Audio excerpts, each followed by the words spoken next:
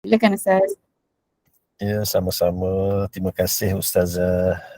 Assalamualaikum warahmatullahi wabarakatuh.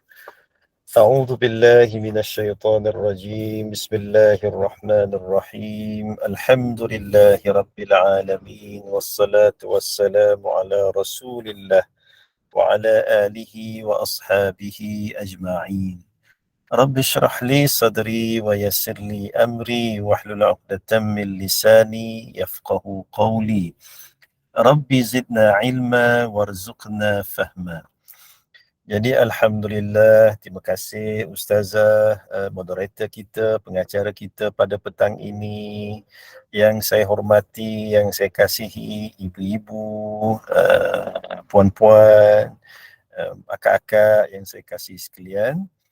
Jadi pertama-tama dan selama-lamanya lah ya, kita bersyukur pada Allah Subhanahu Wa Taala, dan kita berterima kasih banyak-banyak kepada Allah, kerana dengan hidayah daripada Allah, dengan pertolongan Allah, dengan taufik, bantuan yang Allah bagi pada kita, kita diberi kesempatan ya sekali lagi untuk berada dalam satu majlis ilmu, walaupun kita berada di lokasi yang berbeza, di tempat yang tak sama, tapi dipertemukan dalam satu majlis ilmu seperti ini. Jadi insya-Allah ya ibu-ibu ya, kita cuba sambung kembalilah ya tadabbur kita dalam surah apa? Surah Yasin. Untuk petang ni kita tengok sikit je ayat 36 hingga ayat 40 ya. Baik, eloklah kiranya kita baca sama-sama ya, ibu-ibu ya. Saya baca, ibu-ibu ikutlah ya. A'udzu billahi minasyaitonir rajim. Bismillahirrahmanirrahim. سبحان الذي خلق الأزواج كلها مما تنبت الأرض ومن أنفسهم ومما لا يعلمون وآية لهم الليل نسلخ منه النهار فإذا هم مظلمون والشمس تجري لمستقر لها ذلك تقدير العزيز العليم والقمر قدرناه منازل حتى عاد كالعرجون القديم لا الشمس ينبغي لها أن تدرك القمر ولا الليل سابق النهار وكل في فلك يسبحون صدق الله العظيم. Baik, Alhamdulillah. Walaupun saya tak dengar pun suara, tapi saya tahulah ibu-ibu hajah-hajah depan saya ni baca Qurannya bagus ni kan. Baik, dalam 4-5 ayat ini, 4 ayat dah lebih kurang ya. Satu ayat-ayat yang sangat penting sebenarnya, yang boleh menjinakkan hati kita lah bila kita tadabbur ayat ini ya. Jadi ibu tengok ayat yang ke-30, yang ke-36 tu. Subhanalladzi khalaqal azwaja kullaha mimma tunbitul ardu wa min anfusihim wa mimma la ya'lamun. Allah mula ayat ini dengan Allah puji dia. Subhanalladzi, Maha suci Allah yang telah menciptakan makhluk-makhluk semuanya berpasang-pasangan. Biasanya kalau Allah nak bagi tahu sesuatu yang hebat, sesuatu yang besar, sesuatu yang penting, Allah akan mula dengan Subhana, Maha Suci Allah. Kan sama dengan ayat yang apa, yang Isra' tu kan. Kan cerita Isra' dan Mi'raj itu cerita yang penting, cerita yang besar, cerita yang hebat.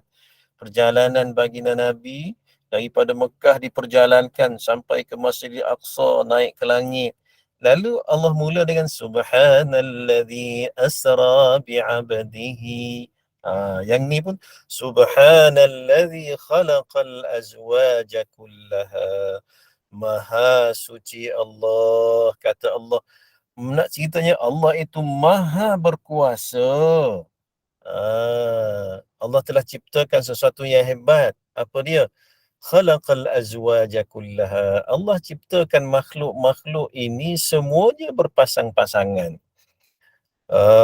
Mimma tumbitul ardu. Sama ada dari ditumbuhkan oleh bumi, tumbuh-tumbuhan. Wa min anfusihim, ataupun dari diri mereka sendiri. Kan dia dalam kehidupan kita ni semua ada partner, ada pasangan. Siang, pasangan dia apa? Malam. Kan? Gelap, pasangannya cerah. Kanan, pasangannya kiri. Semua berpasang-pasangan dan berbilang. Kan? Semua benda lah. Kita kata apa, mata kita ada mata kanan, ada mata kiri. Kelopak mata ada kelopak atas, kelopak bawah. Semua berpasang-pasangan. Air yang kita minum tu nampak je air. Kan kalau kan ajar yang belajar sains dulu kan, gabungan daripada H2O tu kan, hidrogen dengan oksigen, berpasangan juga. Juzuk yang paling kecil dalam kehidupan dalam dunia ni pun kita kata atom. Kan? Pun ada pasangan, neutron dan juga apa satu lagi tu kan. Mana semua berpasang-pasangan. Jadi yang esa yang satu hanya Allah Subhanahu wa ta'ala. Jadi Allah nak tunjukkan bahawa antara tanda kekuasaan Allah ialah Allah menciptakan setiap ciptaan itu ada pasang-pasangannya. Wa min anfusihim, termasuklah diri kita kan. Suami, ada isteri kan. Katakanlah dia kata, Allah, saya tak ada suami, saya tak ada isteri atas dunia. Besok di negeri akhirat, amin ya rabbal amin, di syurga nanti akan ada pasangan. Allah, ya. Semua itu menunjukkan bahawa kekuasaan Allah Subhanahu wa ta'ala. Bagaimana Allah menciptakan dalam diri kita pasangan kita, kita bersyukur. Dulu hidup seorang-seorang, zaman muda dulu, zaman remaja, Allah bagi satu nikmat, ada pasangan, boleh kahwin kita kan. Bila dah kahwin, Allah bagi nikmat lagi, ada zuriat, ada anak. Allah, kita tak ada kerja, Allah bagi kita kerja kan. Allah bagi kita gaji, Allah, semua benda Allah bagi.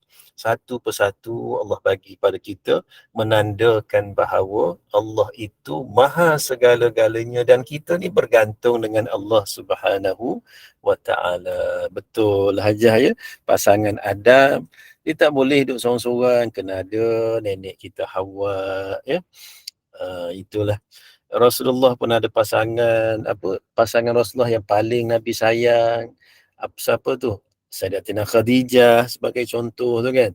Yang kita duk baca peristiwa Isra' dan Mi'raj, antara waktu yang baginda Nabi amat sedih bila ketika wafatnya Khadijah kan. Sebelum peristiwa Isra' dan Mi'raj tu ada 4 peristiwa penting kan, yang disebut sebagai tahun tersebut Nabi duka cita sangat-sangat tu. Tahun yang ke-10 kenabian tu. Kematian pakcik Nabi, Abu Talib. Kemudian dipulau oleh penduduk Makkah kan. Kemudian pergi ke Taif pun dihina. Dan yang Nabi sedih juga kematian pasangan Rasulullah, Sayyidatina Khadijah kan. Jadi Allah itu merupakan satu benda yang besar lah ya. Jadi dalam ayat ini kan Allah sebut ya, subhanalladzi khalaqal azwaja kullaha.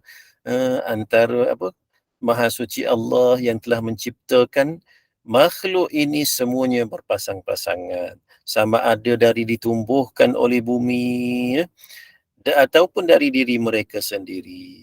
wa mimma la ya'lamun, ataupun dari apa yang mereka tidak ketahui. Yang kita nampak tu nampaklah, benda yang kecil-kecil tadi yang saya sebutkan kita tak nampak, sebenarnya ciptaan Allah itu berpasang-pasangan.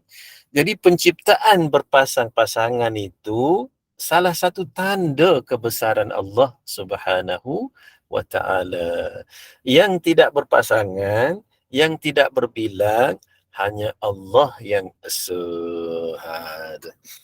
Kemudian dalam ayat seterusnya Allah Subhanahu wa taala sambung lagi, wa ayatul lahumul lail naslakhu minhun nahar fa idahum mudlimun. Dan lagi tanda dan dalil yang terang untuk mereka berfikir tentang kekuasaan Allah selain daripada penciptaan berpasang-pasangan tadi. Yang kedua kata Allah, apa dia tanda kekuasaan Allah? Naslakhu minhun nahar. Allah hilangkan dari siang daripadanya. Allah ialah waktu malam. Wa ayatul lahum, tanda kekuasaan Allah bagi mereka, al-lailu naslakhu minhun nahar. Allah ciptakan malam. Malam tu tadi menghilangkan waktu siang. Fa idahum muzlimun, maka dengan serta-merta mereka berada dalam gelap gelita. Kita petang ni masih belum malam lagi ni. Baru pukul 5.48. Sekejap lagi pukul 7.30 dah maghrib. Dah malam lah. Siapa yang menciptakan semua ini selain daripada Allah? Tak ada yang lain. Yang mampu hanya Allah Subhanahu wa ta'ala. Kan? Dalam satu ayat yang lain, mafhum dia, apabila Allah menciptakan siang, Allah mampu menciptakan siang selama-lamanya, dan kalau kita cari mana-mana kuasa pun daripada siang tadi nak tukar pada malam, tak mampu kita. Kan? Sehebat mana teknologi pun, katakanlah Allah kata, tak, aku hari ni nak buat siang je, sampai 10 tahun ke siang, siapa yang mampu tukar siang tadi pada malam? Tak ada satu makhluk pun, tak ada satu teknologi pun. Sama jugalah, waktu malam Allah tukar kepada waktu siang. Jadi yang berkuasa menukar waktu tersebut, menciptakan waktu tersebut, tidak lain dan tidak bukan hanya Allah Subhanahu wa ta'ala. Jadi itu tanda kekuasaan Allah Subhanahu wa ta'ala. Waktu siang kita guna untuk bekerja, kita guna untuk, biasa kalau orang muda bekerja lah kan, mencari kehidupan kan. Waktu malam kita guna untuk ibadah. Tapi para salafus salih hebat. Waktu siang dia bekerja, waktu malam dia beribadah kepada Allah Subhanahu wa ta'ala. Jadi ibu-ibu yang saya kasih sekalian, jadi maknanya kita bolehlah susun jadual kehidupan kita ini. Kehidupan kita ni pun tak lama ya. Waktu siang kita gunakan sepenuhnya lah untuk mendapatkan pahala daripada Allah. Yang bekerja tu bekerja lah kan. Kemudian yang bekerja pun jangan lupalah untuk melakukan kefarduan yang Allah suruh kita buat. Semayangnya jangan tinggal kan. Baca Qurannya selalu. Auratnya kita tutup dengan elok kan. Bagi yang dah tak bekerja, ini satu nikmat yang Allah bagilah peluang untuk apa? Untuk menambahkan amal ibadah. Allah bagi masa lagi pada waktu malam pun sama ya. Waktu malam pun sama, ambillah peluang selain daripada berehat, waktu itulah untuk kita tambah pahala lah ya, ibu-ibu ya. Dia antara rutin lah yang boleh kita buat kan. Yang paling utama sekali rutin kita, laksanakan perkara yang fardu dulu. Itu yang paling utama. Contoh kita kata laksanakan solat dulu. Solat apa? Solat fardu yang paling utama. 5 tu. Subuhnya, zuhurnya, asarnya, maghribnya, isyaknya. Yang 5 waktu yang utama yang fardu kita buat betul-betul lah. Mana kita buat dengan ilmu, kita buat dengan khusyuk, Kerana itu yang tunjangnya. Kemudian selain daripada tu, ibu-ibu ya, dalam usia yang masih berbaki yang Allah bagi pada kita ni, saya pun dah tak lama dah kot. Umur tahun ni dah masuk 46 kan. Orang lelaki ni 60 lebih dah. Biasanya padam lah. Jadi tinggal berapa lama lagi saya hidup. Jadi gunakan sepenuhnya. Yang solat fardu buat betul-betul. Kalau yang lelaki tu ikhtiar lah supaya solat berjamaah lah. Kemudian bagi macam jemaah perempuan hajat, sembahyang kat rumah pun Allah kelebihannya besar ya. Walaupun sembahyang di rumah. Mudah lagi. Dah berumur aja. Kemudian selain daripada fardu tu, kita ikhtiar untuk buat sembahyang sunat rawatib. Ah, sembahyang sunat rawatib. Sembahyang sunat yang kapit fardu. Lebih-lebih lagi rawatib muakkad. Apa dia rawatib muakkad? Sama ada 10 rakaat ataupun 12 rakaat. Yang ni kita ikhtiar ya, Puan Hajah ya. Sebelum daripada kita sembahyang subuh tu, kita sembahyang dulu 2 rakaat sunat subuh. Ataupun 2 rakaat sunat fajar. Raka'ataini qabla as-subhi khairun minad dunya wa ma fiha. 2 rakaat sebelum subuh lebih baik daripada dunia dan segala isi dunia. Allah, kalau kita ada tanah 10 hektar, ada tanah 100 hektar, kita katakan berapa kita nilaikan tanah tu, berapa juta kita kata nilaikan. Tak banyak tu. Yang 2 rakaat ini, katakanlah seluruh dunia ni kita nilai berapa harga dengan galiannya, dengan emas, dengan peraknya, dengan tanahnya, dengan asetnya satu dunia ni. Kita kata tak ternilai lah, tak boleh nak sebut berapa harga dia. Tapi 2 rakaat sebelum subuh tu lebih mahal daripada segala isi dunia. Macam mana cara dia? Kena tunggu masuk waktu subuh dulu. Kalau yang sembahyang sunat sebelum subuh tu dia panggil solat tahajud. Tu lain. Yang kelebihan yang ni dah masuk waktu subuh, kita pun takbir Allahu Akbar. Sahaja aku sembahyang sunat subuh 2 rakaat kerana Allah Ta'ala. Kita buat Allahu Akbar. Baca doa iftitah, baca Fatihah, baca Qul ya ayyuhal kafirun. Selesai. Rakaat kedua, baca Fatihah. Lepas tu Qul huwallahu ahad. Selesai. Selesai semua tu, barulah kita sembahyang subuh. Apa lagi 2 rakaat? 2 rakaat sebelum zuhur. Yang ni pun kalau boleh jangan tinggal lah, sayang sangat. Kalau rajin buat 4. 2 ataupun 4 rakaat sebelum zuhur. Lepas zuhur 2 rakaat, ba'diyah zuhur. Yang ni pun jangan tinggal Puan Hajah. Inilah kita punya gedung pahala kita ni. Kan? Lepas tu, 2 rakaat selepas maghrib ni, nak sembahyang maghrib, lepas sembahyang maghrib nanti ni, lepas zikir tu, sembahyang 2 rakaat. 2 rakaat selepas isyak. Dah berapa dah tu? 10 rakaat. Yang ni rawatib muakkad. Yang ni jangan tinggal lah yang ni. Yang ni jangan tinggal. Lagi apa lagi? Kita jangan tinggal yang waktu pagi tu sembahyang sunat duha. Jangan tinggal yang tu. Rugilah. Kalau tinggal rugi. 2 rakaat, 4 rakaat, paling banyak 8 rakaat lah. Kan? Apa lagi? Witir. Lepas sembahyang isyak tu, lepas ba'diyah isyak tu, dah boleh dah buat witir tu. Maknanya sembahyang fardu, sembahyang sunat kita jaga. Sebab apa? Itulah peluanglah Allah bagi pada kita kan. Kalau yang jenis rajin puasa sunat, puasa sunat. Ini sekarang ni bulan apa ni? Ini bulan Rejab.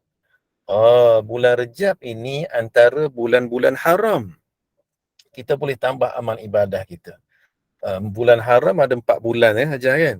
Zulkaidah, Zulhijjah, Muharram, kemudian Rejab. Jadi bulan Rejab ini orang yang melakukan kesalahan, buat dosa. Dia buat dosa pada bulan lain, dapat dosa. Tapi kalau buat dosa pada bulan Rejab, dosa tadi lebih berat.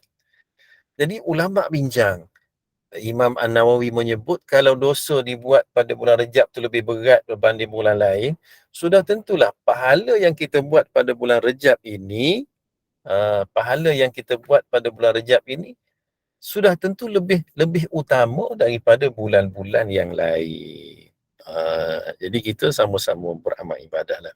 Assalamualaikum Ustaz. Kalau solat jamak boleh buat sunat rawatib. Kalau dah jamak tu makna kita sedang musafir, Allah dah bagi kemudahan. Jadi kalau kita dah jamak, kita dah tak perlu lagi lah sembahyang sunat rawatib. Kalau buat pun boleh, tapi sebenarnya sudah memadai dengan kita jamak.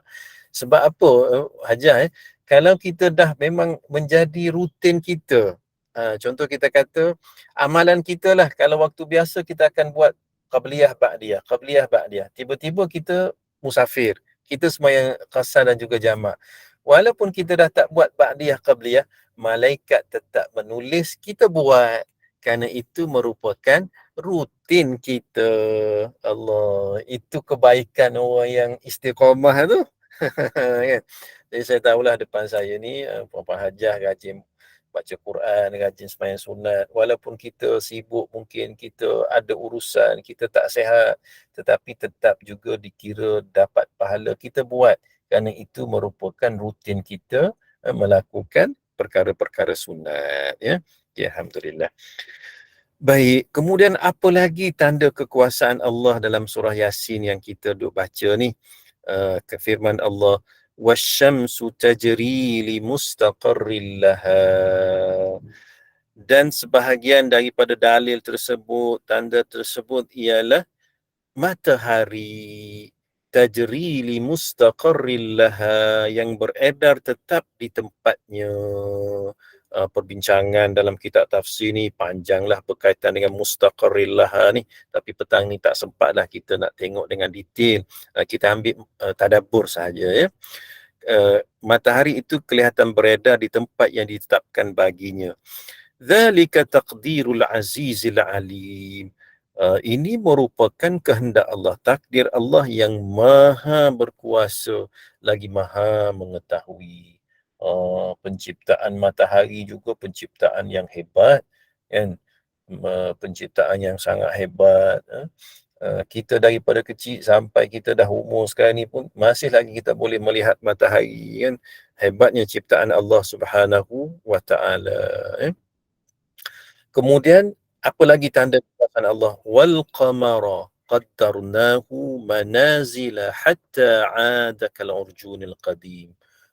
Tadi penciptaan matahari, ini penciptaan bulan pula, dan bulan pula kami takdirkan ia beredar melalui beberapa peringkat, sehingga di akhir peredarannya kelihatan kembali pula ke peringkat awalnya. Itulah kan bulan, daripada awal bulan tu, satu hari bulan kan nampak macam garis je. Kemudian 2, 3, 4 dah makin besar, dah jadi bulan sabit. Kemudian dah 15, 14, 15 tu dah bulan purnama, bulan penuh. Kemudian dah pergi 16, 17, 18 dah mula susut balik, sehingga seolah-olah kembali kepada awal penciptaannya. Jadi siapa yang boleh buat benda tu? Kita boleh buat? Tak boleh. Sebesar-besar kerajaan atas dunia pun tak mampu nak buat. Itu semua kekuasaan Allah Subhanahu wa ta'ala. Betapa kerdilnya kita nak dibandingkan dengan ciptaan yang jauh lebih besar lagi, kan. Kita ni apa sangat yang Allah ciptakan berbanding dengan ciptaan matahari tadi, penciptaan bulan tadi, penciptaan alam makhluk yang lain, sudah tentu lebih complicated berbanding dengan Allah ciptakan kita. Jadi tak perlulah kita nak merasa sombong dengan Allah, tak perlulah kita nak merasa sombong dengan makhluk yang lain, sebab kita ni lemah, kita bergantung sepenuhnya dengan Allah Subhanahu wa ta'ala. Allahus Samad. Yang kita dah baca kul Allah tu, kan. Allah lah tempat bergantung segala makhluk ciptaan Allah. Dah dua benda yang besar ni, tiga dah ni. Satu tadi banyak dah ni tanda-tanda kekuasaan Allah ni.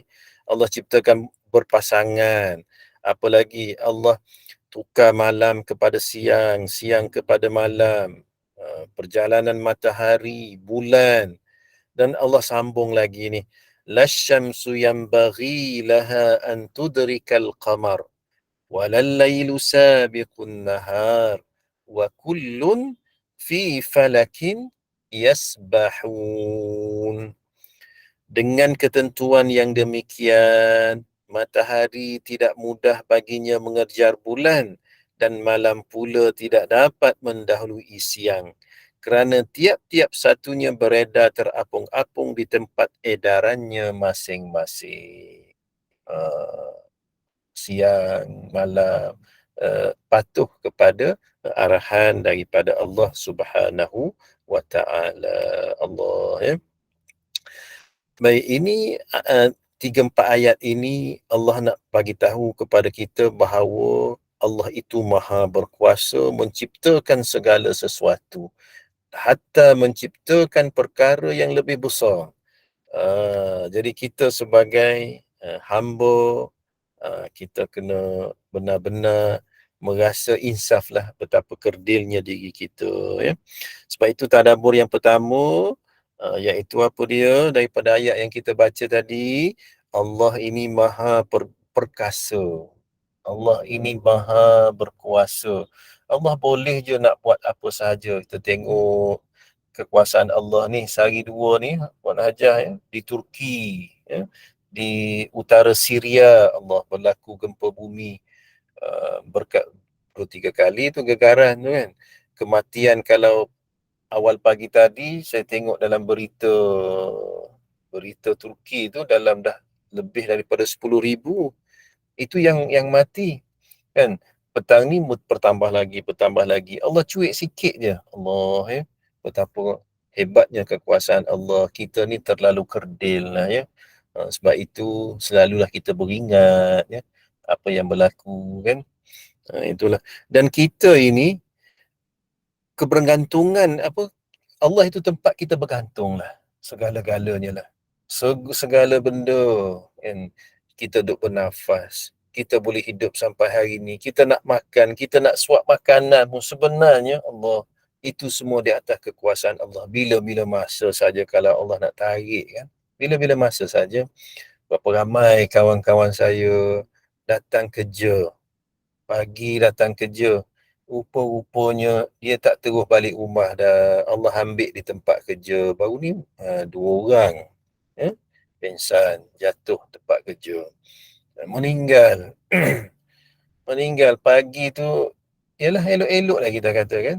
Allah, ya, tak ada. Lepas tu polis datang, apa nama, bawa, terpaksa jenazah bawa ke balai dulu, lepas tu pergi ke forensik di hospital kan, macam-macam lah. Kemudian barulah balik, bukan balik ke rumah, terus pergi ke masjid untuk diuruskan. Dah tak balik rumah dah rupanya. Kemudian daripada masjid disolatkan, anak-anak pun semua berkumpul di masjid. Kemudian terus dibawa ke kubur. Allah, kita katakan. Jadi semua benda itu kita bergantung pada Allah lah. Bila-bila masa Allah nak tarik, bila masa Allah nak ambil, itu di atas apa nama, rahmat dan kasih sayang Allah lah. Jadi itulah, Allah itu tempat kita bergantung. Segala-galanya, ketentuan itu ditentukan oleh Allah Subhanahu wa Ta'ala. Kita adalah makhluk yang sangat lemah, tapi bergantunglah dengan Allah. Allah suka kita berharap dengan Allah. Allah suka kita minta dengan Allah. Ud'uni astajib lakum. Doalah pada aku, kata Allah, aku akan terima permintaan kamu. Kalau dengan makhluk ni, dengan orang lah kita kata, selalu minta, orang tu boring. Kalau sekali jiran sebelah rumah kan, hari ni minta buah depan rumah kita tu, tanam buah, contoh kan, pokok mangga ke apa, pagi ni dah minta, tengah hari minta lagi, malam minta lagi, esok minta lagi, kita berasa lain macam. Kalau dengan manusia, tapi Allah suka banyak kita minta, Allah lagi suka. Walaupun benda yang sama kita minta berkali-kali, Allah tetap suka. Kerana Allah itu tempat kita bergantung. Ya. Yang kedua, dia terus tulis nombor 3, nombor 2. Yang kedua ialah bersyukur di atas segala nikmat pemberian daripada Allah Subhanahu wa taala. Nikmat yang Allah bagi pada kita tu terlalu banyak, jadi kita kena patut bersyukurlah. Banyak sangat Puan Hajah, kalau kita nak fikir, kita nak ingat balik, tak terkira, tak terhitung nikmat yang Allah bagi. Kita siapa-siapa pun mula-mula lahir, tak ada apa-apa kita. Betul tak Hajah? Kita mula-mula lahir, satu pakaian pun tak ada, cincin sebentuk pun tak ada kita. Kan mula-mula lahir, mana ada baju pun tak ada. Macam tu je lah kita lahir. Kemudian Allah bagi satu nikmat. Banyak Allah bagi nikmat. Selain daripada penciptaan kita yang penuh dengan nikmat ni, organ badan kita, anggota badan kita, panca indera kita, itu nikmat yang sangat-sangat besar kita katakan. Kemudian walaupun kita lahir tak ada apa-apa pun, tapi Allah hadirkan ibu dan ayah yang sangat sayang pada kita tu. Kalau tak sayang, dia bagi pada orang lain lah kita ni. Jadi dia jaga kita betul-betul. Kan, daripada tak ada apa-apa, ada pakaian, ada baju, ada seluar. Kemudian meningkatkan zaman kanak-kanak, bertambah nikmat. Mungkin dulu kita kata kita hidup susah kat kampung, tapi Allah bagi banyak nikmat. Nikmat pelajarannya, nikmat itu ini pekerjaannya, nikmat pasangannya, nikmat anak-anak yang solehnya kan. Sebab itu ada satu hadis tu menyebut antara nikmat dunia yang paling baik apa dia? Nikmat dunia yang paling baik ialah wanita yang salihah. Itu nikmat dia paling baik. Jadi di depan saya ni hajah-hajah ni kebanyakan wanita, semua wanita lah kot kan ada yang haji kat alam ni. Jadi sebenarnya Puan Hajah sendiri adalah nikmat yang paling baik di dunia. Siapa dia? Wanita yang solehah. Oh, jadi depan saya ni semua solehah ni kan. Jadi ini nikmat yang paling baik atas dunia. Dan sebaik-baik wanita kata Nabi dalam hadis yang lain riwayat daripada Sayyidina Anas, 4 orang ni. Siapa dia? Khadijah binti Khuwailid. Saya tak ikut susunan lah. Sayyidatina Khadijah, Fatimah, Asiyah dan juga seorang lagi ni. Ibu kepada Nabi Isa. Jadi 4 orang ni, ini penghulu wanita di syurga lah. Tapi di depan saya ni, wanita-wanita yang cukup hebat ni, tapi macam mana nak jadi yang terbaik? Kena jadi solehah lah. Kan? Jadi bersyukurlah di atas nikmat pemberian Allah yang sangat banyak, yang tak terkira kan. Nikmat itu adalah pinjaman. Bila tarik, Allah akan tarik ya. Nikmat paling baik wanita beriman dan solehah. Amin. Kita mendoakan semuanya solehah dalam ni ya. Jadi itulah antara perkara antara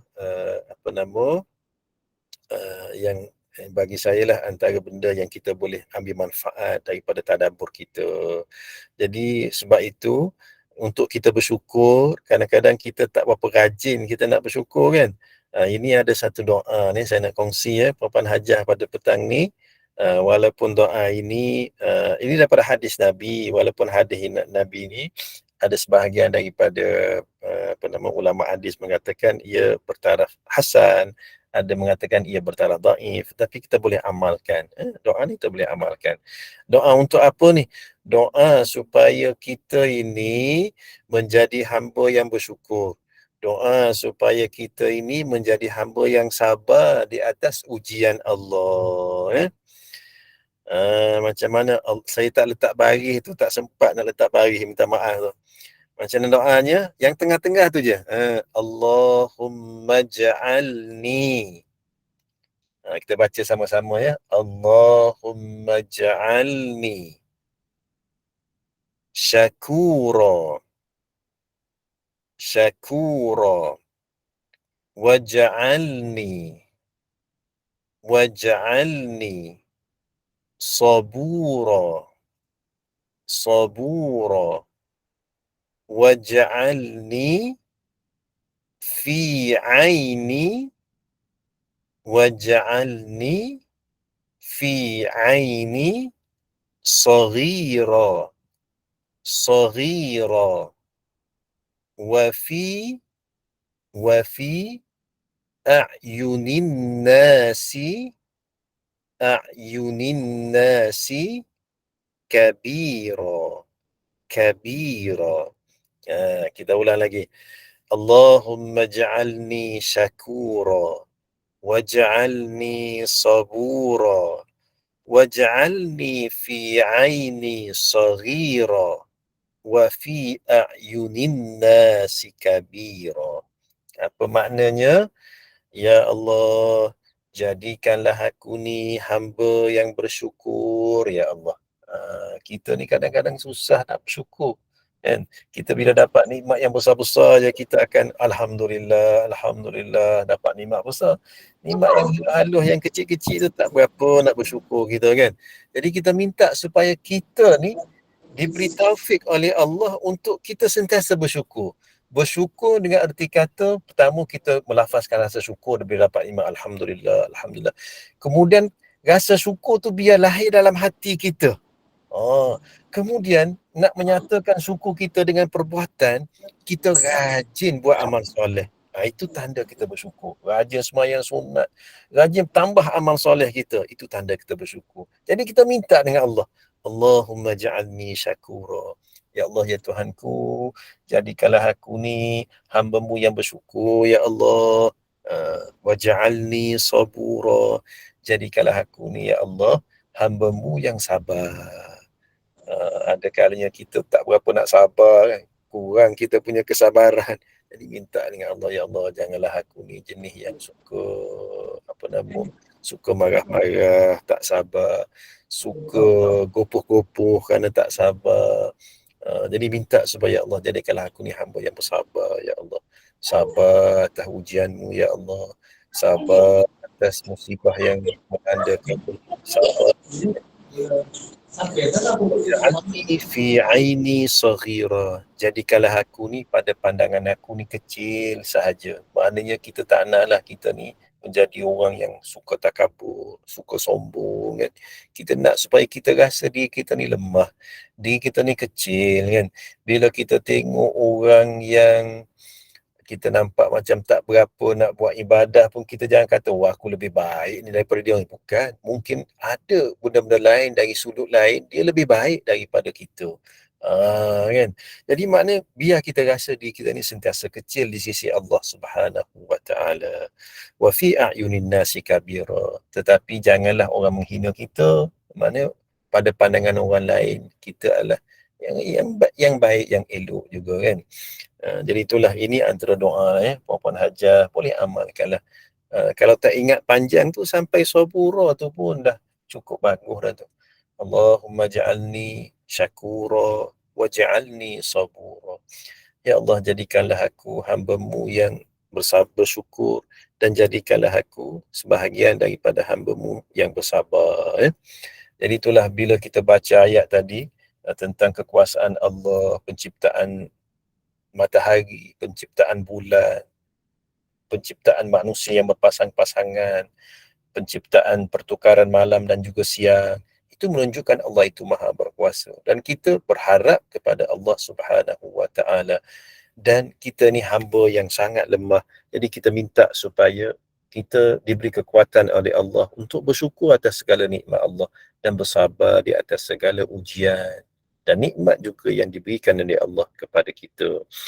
Jadi saya kira memadailah Puan Hajah satu dua mutiara pada petang ini.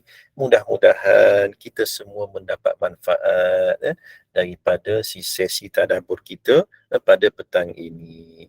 Apa yang baik datangnya daripada Allah, yang terkurang secara bahasa adat dan adabnya disandarkan pada kelemahan diri saya. Aqulu qawli hadha wa astaghfirullahal azim li wa lakum. Wassalamualaikum warahmatullahi wabarakatuh. Saya serahkan kembali kepada Ustazah. Silakan Ustazah.